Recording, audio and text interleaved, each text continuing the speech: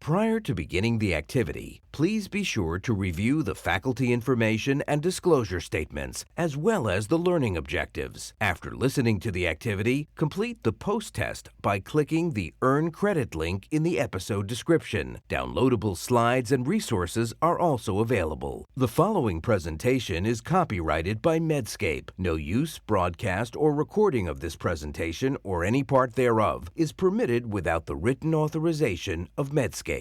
The following presentation is part of a certified educational activity provided by Medscape Education and supported by an independent educational grant from Jazz Pharmaceuticals, Inc.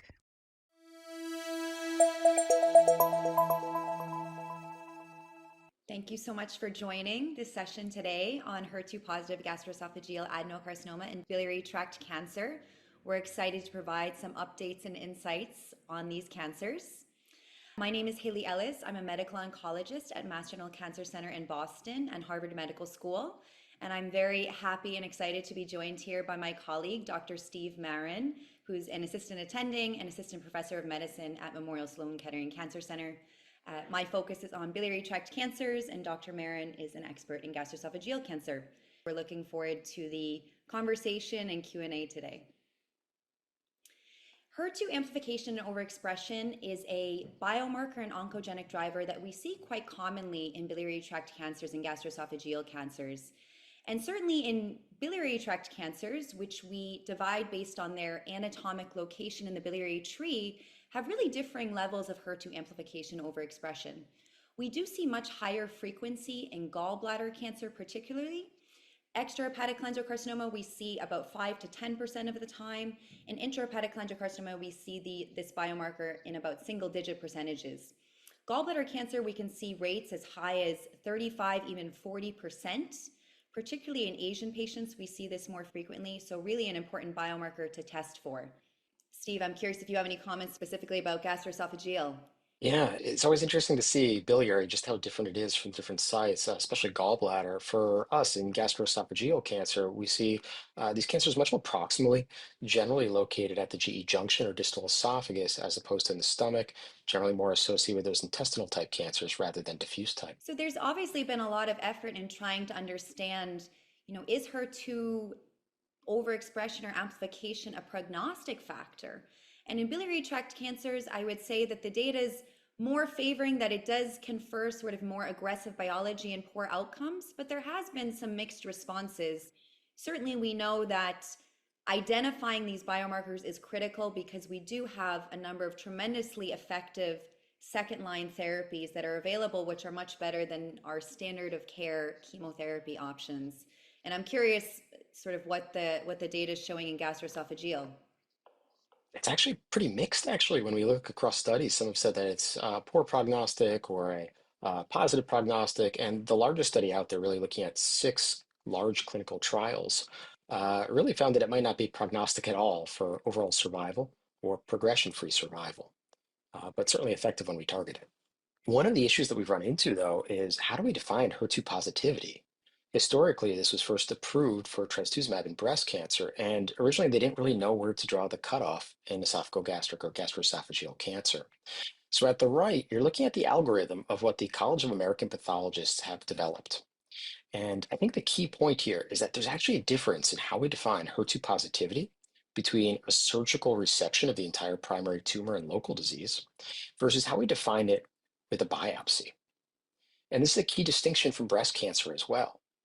So in a surgical specimen, you need at least 10% of cells in the resection that are showing strong, complete basolateral expression to call it 3+ or highly positive. If it's a biopsy, you actually only need a small cluster. And so whereas in breast cancer, even in a biopsy, you would need at least 10% of cells to be strongly showing expression all the way around the cells. That's not the case in gastroesophageal, nor in biliary tract cancers, which have adopted the same scoring metric as gastroesophageal. So we can think of all the GI tumors alike. And this difference does continue when you look at surgical specimen versus biopsy for 2+ and 1+ as well. But it's something that you really have to keep in mind because the report may not say that it's heterogeneous expression of HER2, and it becomes really important for treating patients. One of the issues that comes up is how should we best be testing in gastroesophageal and in biliary tract cancers? Do we use IHC and in situ hybridization or ISH? Or can we use our next generation sequencing that most patients are having done on their tumors as well? And so this is a question we actually asked and presented at GI ASCO early this year. We looked at a cohort of nearly 1,600 patients, and we looked at the positive percent agreement between IHC and ISH, so our conventional testing, with both tissue and plasma next generation sequencing. And we found a pretty modest correlation where they matched, showing that the IHC matched in ERBB2 amplification in the sequencing about 70% of the time for tissue, nearly 60% of the time for plasma. Why is that? Well, some patients have really high expression. Those are generally people who have amplification and expression. And some people have a little heterogeneity as well. So maybe it's just that part of it was amplified and part of it wasn't, or maybe it's just more modest expression. Similarly with the blood testing, if there's not much tumor DNA in the bloodstream, there's risk of what we call a false negative, where you could miss it because there's just not enough tumor DNA floating around. Or it could be that some cells have this amplification and some cells don't. What is reassuring, though, is if you're doing both sequencing and IHC testing of the tissue, you have a very low chance of missing a HER2 positivity.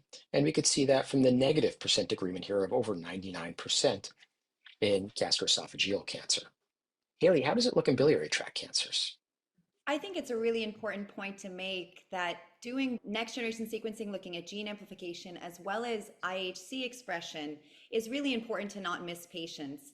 The biology of biliary tract cancers is certainly a little bit different than gastroesophageal cancers. We don't tend to see these big chromosomal changes where we see huge copy number amplifications across different genes, including HER2. Yes, we can see some discordance across testing, but I think the key is when tissue is available to do IHC and NGS when possible. And Steve, in your practice, are you doing tissue, plasma, NGS, and IHC? How are you doing HER2 testing for your gastroesophageal patients? I'm actually doing both. I'm curious what you're doing at MGH as well. What we do as a reflex is that we're doing testing for various IHC test diagnosis. So we're looking at HER2, PD-L1, MMR, and now Claudin 18. At the same time, when I meet a patient, I'm generally sending off both tissue and plasma sequencing because we do see significant variation between them, especially in HER2. Sometimes we'll only see universal concordance 1/3 of the time. So I think it's important to test through all these approaches because we really don't want to miss a really good actionable biomarker. How about in biliary tract? Completely agree. I think doing broad testing when available is really important. Tissue is often the issue in biliary tract cancers, particularly for some of these more challenging gallbladder cancer and extrahepatic tumors. But I think as the sensitivity of a lot of these testing is improving, we're able to run these platforms on lower and lower tumor cellularity. So it's certainly my practice as well to send tissue NGS and IHC as well as plasma NGS for all of my patients. So in terms of, what therapies do we have available when we find these important biomarkers? This is really relevant in biliary tract cancers where our standard of care second line therapies for patients who do not have a biomarker like HER2, response rates with those chemotherapies are on the order of 5 to 10%, with median survival in the range of months, so about 6-month median survival. So biliary tract cancers, as we all know, have been really challenging to treat. And as we've learned more and more about the biology of tumors and finding really targetable oncogenic drivers like HER2 overexpression amplification, these therapies have really completely changed the game for patients. So we have an increasing growing list of therapies for second line therapy and beyond in BTC. That's included recent approvals in the tumor agnostic setting with trastuzumab deruxtecan. Zanidatamab was approved in November, and these are both for IHC 3+ tumors. We also do have some guideline recommended therapies based on some smaller basket studies, which are still helpful therapies to reach for, but these more recent approvals, I think, have really been game changers for patients.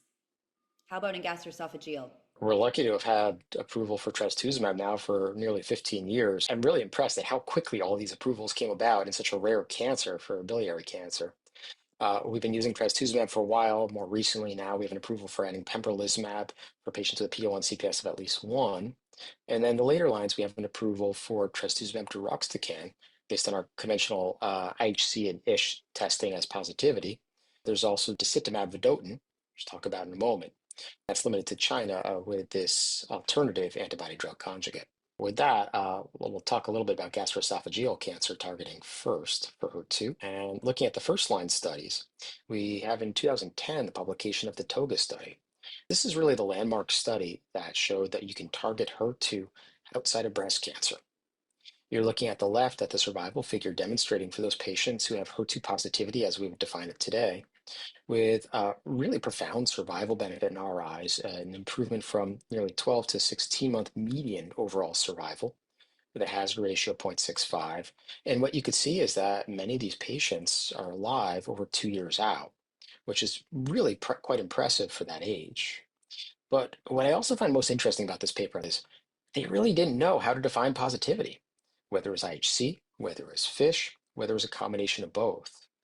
And so as they landed pretty similarly to breast for the 2 plus with FISH positivity or IHC 3 plus, I think it's really important to note that handful of patients in the red box that were IHC negative but FISH positive, where you'd think that they have many more copies of the gene, but still didn't do very well, didn't seem to benefit from the trastuzumab. And I think that reflects the heterogeneity that we see in these tumors. When we look more recently, just a few years ago, looking at the phase 3 KEYNOTE-811 that took that same TOGA regimen and looked at adding either pembrolizumab, a PD-1 inhibitor, so an immunotherapy, versus placebo. And this led to the approval of immunotherapy in combination with this regimen, based upon an improvement in progression-free survival at the left of about 4 months, overall survival of about 5 months on the right, and really increasing the objective response rate or the shrinkage in the tumor about 23%, which is really quite dramatic for adding this immunotherapy. Again, for patients with a PD-1 CPS of 1 or greater. This is what's approved in the US and now in many other countries as well. At the same time as KEYNOTE-811, there was another study that was being conducted with chemotherapy in combination with a drug called zanidatamab. This is not approved in gastric cancer, but when I think about zanidatamab, I think about it as a Y. One arm of this antibody targeting the trastuzumab target, and the other arm targeting the same as pertuzumab. So it's sort of like having 2 drugs in one. And this trial actually had really impressive phase 2 results, whereby the median progression-free survival was over a year, and median overall survival was over 3 years. A smaller population here, but really promising results. And what I found most promising about this was that they achieved an objective response rate of 84%. We do have to recognize that in this study, more than half of patients had grade 3 diarrhea, which is very clinically significant diarrhea. And so they actually have to develop a mitigation strategy where they use prophylactic antidiarrheals, and they are able to reduce this by over 50%. And there's actually a phase 3 study of zanidatamab in combination with chemotherapy and immunotherapy that's actually expected to report out in the next couple of months, so stay tuned for that. And then finally, there's a phase 2 trial of disitamab vedotin, and this is in patients with untreated locally advanced or metastatic gastroesophageal cancers in China. And they looked at a few different combinations. So you're seeing on the right the objective response rate for 3 different arms. This is DV in combination with toripalimab, a PD-1 inhibitor, plus Capox. And then the second one is DV in combination with toripalimab and trastuzumab. And then the third, think of that more of like a KEYNOTE-811 regimen with toripalimab instead of pembrolizumab. And you can see all 3 arms were quite effective. The highest objective response rate seen was 82% in those that had the PD-1 plus the dual HER2 with the disitamab vedotin plus trastuzumab, which is actually pretty unusual to do the ADC in combination with this, what I would call a naked antibody, the trastuzumab. And in both of these DV regimens, the median progression-free survival was not reached, which is really quite impressive. If you look at that central objective response rate, this is really the highest I've seen for patients who are getting an antibody drug conjugate like this in the first line. And this is primarily for patients in that middle arm there who were not getting platinum therapy as well. So certainly different than our current paradigm. So we have Destiny Gastric 01 and 2, which were in the 3rd line or greater. And now we have Destiny Gastric 03, which is looking at trastuzumab deruxtecan, an antibody drug conjugate with a deruxtecan payload. In this phase 1b/2 study, they looked at this triplet of trastuzumab deruxtecan with fluoropyrimidine and pembrolizumab, and you can see a median progression-free survival of 10.3 months with the higher dose, 9.8 months with the lower dose, and you see that, interestingly, the objective response rate was actually higher with the lower dose, and likely because the toxicity seems to be a bit more manageable, and so you have fewer delays and interruptions, I find. But this will continue to evolve. This isn't approved yet in combination with chemotherapy, but we hope this will be available to more patients in the near future. And then we also see that there are numerous first-line phase 3 studies that are ongoing. We have Artemide looking again at combinations with TDXD.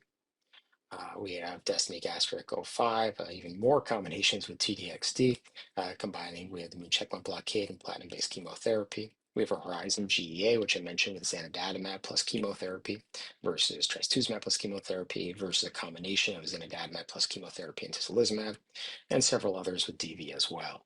So really quite a few ongoing trials that are very exciting in this space. But then when we look at the later line studies, we're seeing that Destiny Gastric 1 and 2, as I mentioned, we have approval already, nearing a 50% objective response rate with an overall survival about a year and progression-free survival median of just under 6 months in both studies, I would say. So looking at East and West. And then more recently, this was presented just at ASCO, Destiny Gastric 04, phase 3 study looking in the second line that showed very similar results, actually, with a median OS of nearly 15 months and progression-free survival 6.7 months. And when we compare this to ramucirumab and paclitaxel, it handily beat our standard of care. So this is in guidelines as it actually already had been based on Destiny Gastric 01 and 02. I mentioned zanidatamab a couple times already based on the phase 2 and phase 3 trial that's ongoing, but I think it's also worth talking about this. This is a phase 1. On the left, you're looking at zanidatamab monotherapy in 29 patients. On the right, 41 patients in combination with chemotherapy, either paclitaxel or capecitabine. And on the left, this is actually pretty impressive in my eyes. Even though you're seeing an objective response rate that is lower than the prior slides at 32%, I'm most impressed because this is over 90% of patients having already received trastuzumab still responded over 30% of the time to monotherapy zanidatamab. It's very rare for us to use a targeted therapy in the absence of chemotherapy and see a high efficacy. So on its own, I'm actually very impressed already, despite the median progression-free survival 3.6 months. Now, when we add just a single chemotherapy agent, we're seeing that objective response rate come up to 48% with a median progression-free survival of 7.3 months. So I think that's actually very respectable, given that it's one chemotherapy drug with it, and we're seeing such high numbers. But we do have to be cautious, recognizing that more than half of patients had at least one grade 3 toxicity. So I think this is really a rapidly evolving space, which is wonderful for our patients. With that, I'll transition back to Dr. Ellis to talk to us about BTC. That's some really incredible data in gastroesophageal cancer, and particularly seeing some of those response rates, even in patients that were, heavily pretreated with targeted agents, I think makes a huge difference for our patients who can often have such symptomatic disease burden. Shifting gears, therapy in BTC. One of the studies that we'll talk about is the Destiny Pan Tumor 02 study. This was the phase 2 trial, a basket study looking at trastuzumab deruxtecan in HER2 expressing solid tumors, and we'll focus on the biliary cohort. So these were patients that had been previously treated with at least one line of systemic therapy. Importantly, 17% of these patients were treated with prior HER2 agents. And that actually included one patient with zanidatamab. And this is, I think, important to consider when we're trying to answer the big question of how do we sequence these therapies. Of course, it's challenging to do large trials in a rare cancer, as Dr. Marin was saying, but it's exciting to see some of the data coming out. So patients were treated with TDXD, and you can see the responses here across the HER2 IHC subtypes. The vast majority of benefit was in the IHC 3+ group. So you can see a response rate exceeding 56%, progression-free survival of about 7 months, and overall survival of 12 months. And again, this is in the second line setting. And I always really like to compare this kind of second line data to our standard of care second line data. for patients that have HER2 wild type disease, which again, response rates 5%, progression-free survival 4 months. So these are really making meaningful differences. Shifting gears to the Horizon BTC-01 study, this was the confirmatory study of zanidatamab in biliary cancers, leading to its approval just a few months ago.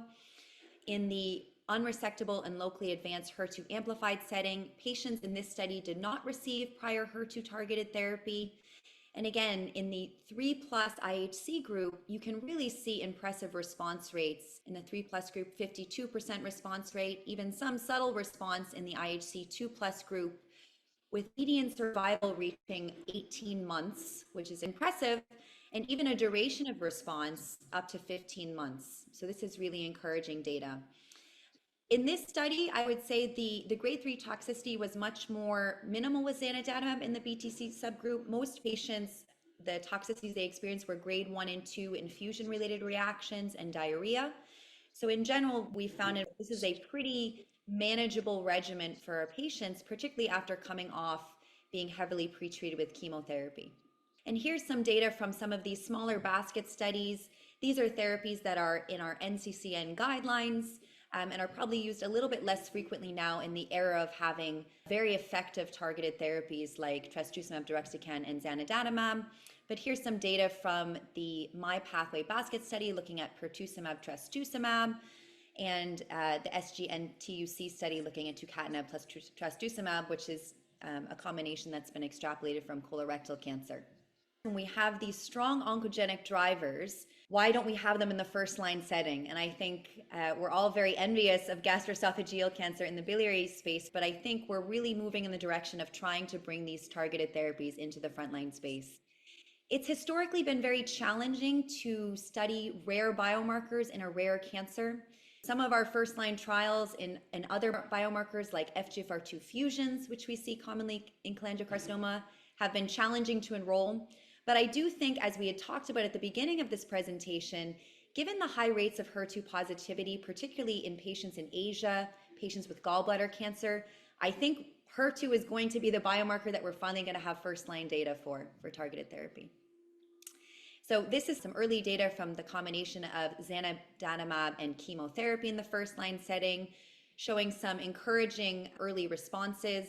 This is the TAB study, which is from the Tata Memorial Group in India, showing a response rate of 56% when looking at the combination of frontline chemotherapy and trastuzumab in HER2 positive patients. Almost all of these patients, given that was India, had gallbladder cancer. And I think these are really encouraging early results and certainly supporting a lot of the effort to have these frontline trials ongoing.